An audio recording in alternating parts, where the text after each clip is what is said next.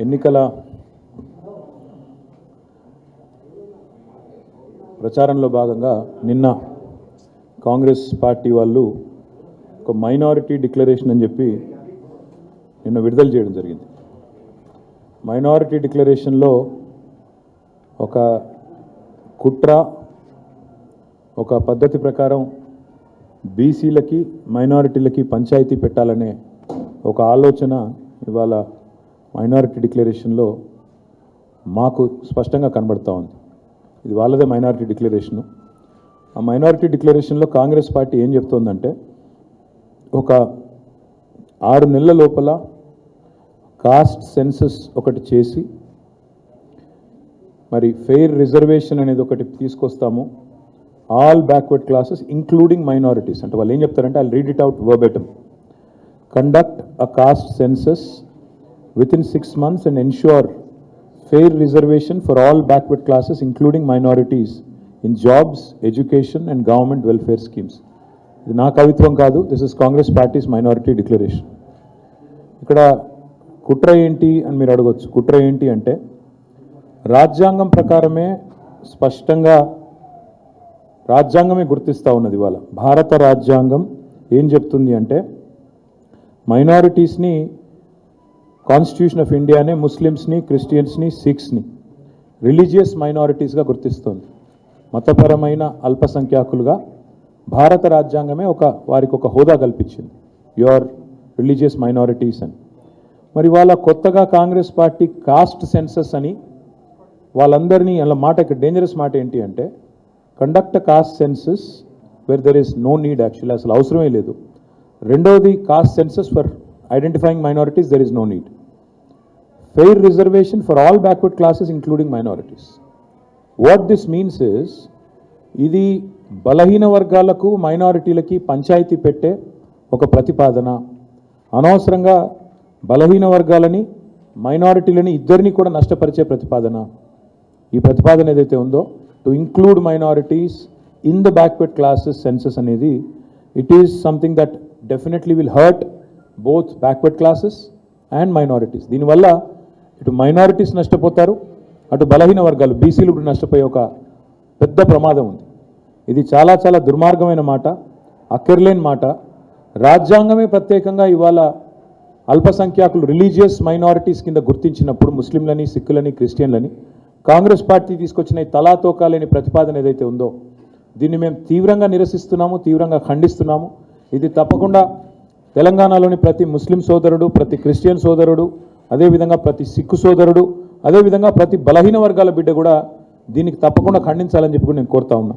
ఎందుకు అంటారా, ఇవాళ ఒకసారి మీరు ముస్లింలను కూడా ఇంక్లూడ్ చేస్తూ మీరు వెంటనే వాళ్ళని బీసీలుగా గుర్తిస్తే, there will be no need for a separate minorities welfare ministry, there will be no minorities commission, there will be no other minority body.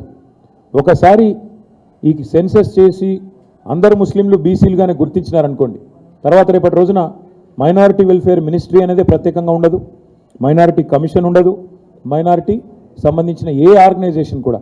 ఇవాళ మైనారిటీ ఫైనాన్స్ కార్పొరేషన్ ఉంది, దానికి మా ఇమ్తియాజ్ గారు చైర్మన్గా ఉన్నారు. మరి రేపు ఆ కార్పొరేషన్ అవసరం ఉండదు, ఎందుకంటే బీసీలో చేర్చిన తర్వాత మైనారిటీలు తమ ప్రత్యేక హోదాను కోల్పోతారు. ఇది చాలా చాలా తప్పు. ఇది ఎట్టి పరిస్థితుల్లో కూడా వాంఛనీయం కాదు, సమర్థనీయం కాదు. దీన్ని తప్పకుండా కాంగ్రెస్ పార్టీ వెంటనే ఉపసంహరించుకోవాలి. ఈ ప్రతిపాదన మంచిది కాదు అనే మాట మరి ఎవరు రాసిచ్చారో వాళ్ళకు తెలియదు. ఓట్ల కోసం ఏదో రాయాలి కాబట్టి రాసినట్టున్నారు తప్ప చిత్తశుద్ధి లేదు. రెండవది, ఇది 100% బీజేపీ ఐడియాలజీ ప్రకారమే జరుగుతున్నట్టు కనబడుతున్నది. బీజేపీ ఈ మధ్యన మాట్లాడుతున్నది, ఏం మాట్లాడుతున్నది, పాస్మాందా ముసల్మాన్ అని మాట్లాడుతున్నది బీజేపీ. సో కాంగ్రెస్ డిక్లరేషను ఈరోజు బీజేపీ ఐడియాలజీకి లింక్ అయి ఉన్నట్టుగా కనబడతా ఉంది. जो बात कांग्रेस आज माइनॉरिटी डिक्लेरेशन में कह रही है, ये बीजेपी के आइडियोलॉजी के साथ मिला हुआ है. पासमानदा मुसलमान बोल के आज बीजेपी जो बात कह रही है, वही बात आज कांग्रेस पार्टी अपने डिक्लेरेशन के जरिए कह रही है.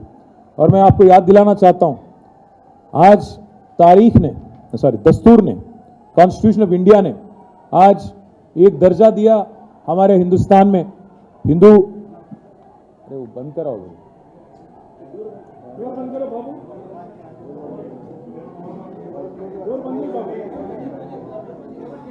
चलपति చూడమ్మా, చలపతి చలపతి బయట పోయి చూడుకో, బయట పోయి చూడు, విష్ణు బయట పోయి చూడుకున్నాం.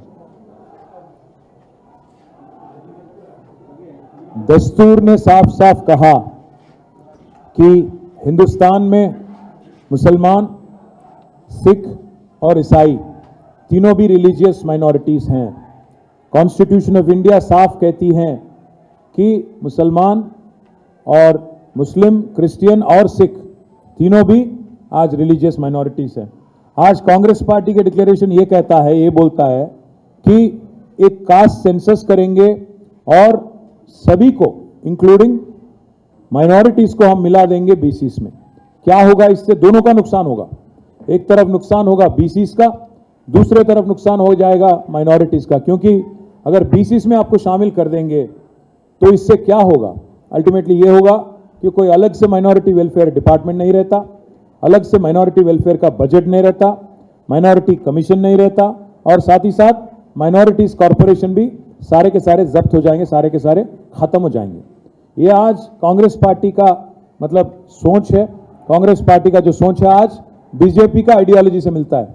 बीजेपी बार बार आज कह रही है पासमानदा मुसलमान, और लगता है कि कांग्रेस ने भी वही पन्ना, वही पेज आज निकाल के एक कोशिश कर रही है ताकि बैकवर्ड क्लासेस का और मुसलमानों का खास और माइनॉरिटीज का झगड़ा हो जाए.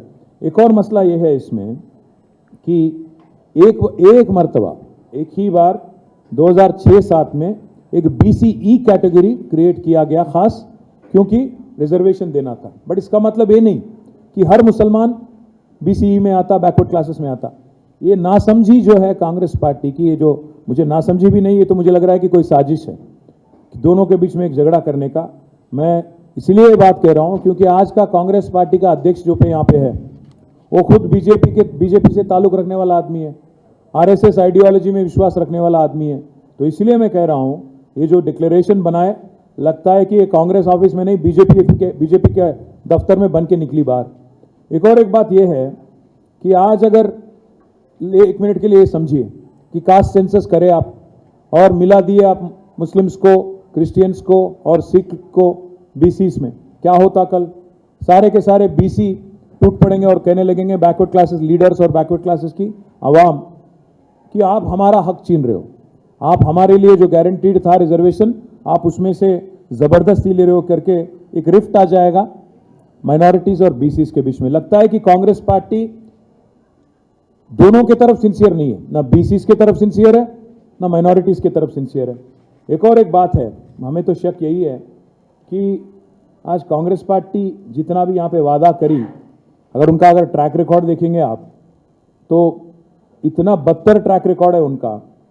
2004 से लेके 2014 तक कांग्रेस पार्टी यहाँ पे सत्ता में थी, यूनाइटेड आंध्र प्रदेश में, मुत्तहिदा आंध्र प्रदेश में. इसमें अगर उनका बजट आप देखेंगे 2004 और 5 में बजट था माइनॉरिटी वेलफेयर का 39 करोड़, जिसमें से 42% तेलंगाना का शेयर है. मतलब आप कम से कम 16-17 करोड़ था 2004-5 में. और आखिरी में 2004-5 से लेके 13-14 तक अगर आप देखेंगे आखिरी बजट था 509 करोड़ खर्चा किया गया, 509 करोड़ कुल मिला के पूरे मुत्तहिदा आंध्र प्रदेश में 23 जिलाओं के लिए, 23 अजलाओं के लिए. अगर इसमें से अगर 42% आप लेंगे तो आप 200 करोड़ के आसपास भी नहीं है. कुल मिला के 10 सालों में 2004 से लेके 14 तक 10 सालों में कांग्रेस पार्टी ने माइनॉरिटी वेलफेयर के लिए तेलंगाना में खर्चा किया 900 करोड़, 930 करोड़, 930 करोड़. जबकि तेलंगाना की रियासत बनी और केसीआर साहब का सदारत में यहाँ गवर्नमेंट बनी, तो 2014 से लेके आज तक 2023 तक इन 10 सालों का बजट अगर आप लेंगे, कुल मिला के हमने खर्च किया 10,140 करोड़. कहाँ 900 करोड़, 930 करोड़, कहाँ 10,140 करोड़. ये मैं आपके लिए दे देता हूं, आप जरूर देख सकते हैं आप सभी लोग. అంటే 10 సంవత్సరాల్లో కాంగ్రెస్ పార్టీ, కాంగ్రెస్ ప్రభుత్వం ఇక్కడ ఉమ్మడి ఆంధ్రప్రదేశ్లో మైనారిటీ వెల్ఫేర్కు ఖర్చు పెట్టింది మొత్తం 930 కోట్లు అయితే, తెలంగాణ వచ్చిన తర్వాత తెలంగాణ ప్రభుత్వం ఖర్చు పెట్టింది 10,139 కోట్ల 11 లక్షల రూపాయలు. అంటే వాళ్ళ పెట్టిన దాని మీద చూస్తే దాదాపు 11 రెట్లు ఎక్కువ ఖర్చు పెట్టింది తెలంగాణ ప్రభుత్వం. అది మాత్రమే కాదు, వాళ్ళ కాంగ్రెస్ పార్టీ सिंसियरिटी వాళ్ళు మాట్లాడుతున్నారు. हम लोग 4000 करोड़ बजट लगाएंगे. आप क्या करेंगे 4000 करोड़? अभी अगर आप देखेंगे जिस कदर हमने परसेंटेज के हिसाब से अगर देखेंगे आप कितना परसेंटेज बढ़ा जब से तेलंगाना बना तब से अगर आज तक अगर आप देखेंगे ऑटोमेटिकली क्या होता है, इसी रेट पे बढ़ता गया तो तेलंगाना गवर्नमेंट अगर बीआरएस गवर्नमेंट रहेंगी ये बजट ऑटोमेटिकली 5000 करोड़ हो जाता. आप क्या करेंगे 4000 करोड़? आज जो बजट है तेलंगाना गवर्नमेंट जिस हिसाब से बढ़ाई, अगर आप उसका परसेंटेज इंक्रीज देखेंगे हर साल, आज ऑटोमेटिकली 5000 हो जाता. तो आप इसीलिए हम हमारे मैनिफेस्टो में केसीआर भरोसा प्रोग्राम जो है उसमें साफ साफ सीएम साहब ने कहा कि हम बढ़ाते जाएंगे माइनॉरिटी वेलफेयर बजट. जिस कदर हम लोग बढ़ाते गए पिछले 10 साल आगे भी बढ़ाएंगे करके हमने कह दिया. तो आपकी 4000 क्या है, 5000 यहीं पे बन रहा. और एक बात मैं कहना चाहता हूं भाइयों से बहनों से, आप एक मर्तबा देखिए कांग्रेस पार्टी का सिंसियरिटी. आज तेलंगाना में आके बोलते 4000 करोड़ करेंगे, पर अगर आप देखेंगे कर्नाटक में जहां आबादी करीब करीब 1 करोड़ है वहां उनका बजट है 200 करोड़ 2000 करोड़. और राजस्थान में जहां कांग्रेस गवर्नमेंट है जहां आबादी करीब करीब 80 लाख है वहां उनका बजट है 2000 करोड़. और तेलंगाना में जहां आबादी है 50 लाख वो बोलते हैं यहाँ पे कि 4000 करोड़ करेंगे, जबकि तेलंगाना गवर्नमेंट ऑलरेडी 2200 करोड़ यहाँ पे बजट अलॉट करी. मैं हमारे भाइयों से बहनों से यही कहना चाहता हूँ, चाहे वो मुसलमान हो, क्रिश्चियन हो, सिख हो, जो भी माइनॉरिटी हो, आज तेलंगाना का सबसे ज्यादा बजट है पूरे हिंदुस्तान में. तारीख में इतना बजट किसी ने नहीं दिया माइनॉरिटी वेलफेयर के लिए सिवाय केसीआर साहब. आज एक मर्तबा मैं फिर बोलना चाहता हूं आपको, उत्तर प्रदेश में जहां आबादी है करीब करीब 4 करोड़ माइनॉरिटीज का, वहां की बजट है 1780 करोड़. और अगली नंबर है वेस्ट बंगाल जहां आबादी है 2.5 करोड़, वहां पे बजट है 2100 करोड़.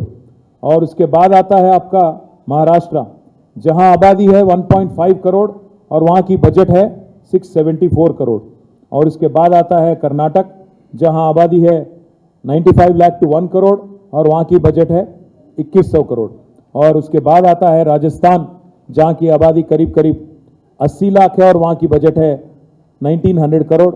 और तेलंगाना जहां की आबादी है सिर्फ 50 लाख, बहुत कम है, फिर भी यहाँ की बजट है 2200 करोड़. इससे आप अंदाजा लगा सकते हैं कौन सिंसियर है कौन नहीं. मैं यही एक ही बात कहना चाहता हूं, आज जो प्रपोजल इस डिक्लेरेशन में आपने दिया ये सरासर गलत है, सरासर बहुत डेंजरस है, खतरनाक है. इससे बीसीज और मुसलमानों के बीच में और बीसीज और माइनॉरिटीज के बीच में तनाव पैदा हो सकता है और अननेसेसरी एक सिचुएशन खड़ा हो सकता है. अच्छी बात नहीं है. एक बात, आज कांग्रेस पार्टी बोलती है कि हम ऑनरोरियम देंगे इमाम्स और मौजन को. मैं पूछना चाहता हूं, आज हिंदुस्तान में जहां कहीं भी आपकी गवर्नमेंट है, चाहे वो कर्नाटक हो, राजस्थान हो, हिमाचल प्रदेश हो, वहां दे रहे क्या आप? पहली मर्तबा केसीआर साहब ने ये फैसला लिया और उन्होंने ऐलान किया और आज 5000 आज ऑनरोरियम दिया जा रहा है. हिंदुस्तान में कहीं भी कांग्रेस जहां भी गवर्नमेंट है वहां नहीं दिया जाता. यहाँ बात किया जाता है कि हम देंगे. हम जरूर वादा करते हैं इमाम से और मौजन भाई से कि आज जो 5000 आपको मिल रहा इसको हम दुगना करेंगे और ऑन पार जैसे अर्चक के साथ ऑन पार आपका भी 10,000 जरूर करेंगे, हम वादा करते हैं. साथ ही साथ एक और बात भी मैं कहना चाहता हूँ, कांग्रेस पार्टी बार बार बोलती रहती है 12% तहफ़्फ़ुज़ात के बारे में बीआरएस ने अपने वादा नहीं निभाया. मैं बोलना चाहता हूँ, कहना चाहता हूँ, हमने 16 अप्रैल 2017 को हमने लेजिस्लेशन पास किया असेंबली में तेलंगाना में और बिल हमने भेजा गवर्नमेंट ऑफ इंडिया को. गवर्नमेंट ऑफ इंडिया का रवैया तो आप जानते ही हो, उन्होंने इनकार कर दिया. और इसलिए हमने क्या किया, कोशिश हमने ये की कि सुधीर कमीशन के जरिए एक जो रिपोर्ट बनी जिसको बैकवर्ड क्लासेस कमीशन ने भी रैटिफाई किया, हमने साफ साफ कहा कि ये रिलीजियस रिजर्वेशन नहीं है, सोशियो इकोनॉमिक बेसिस पे रिजर्वेशन आप दीजिए. बार बार हमने कोशिश की, तब जाके फिर हमें एक इत्तला मिला, एक खबर मिला कि कहीं ये 12% रिजर्वेशन के चक्कर में आप 4% भी ना खो दो.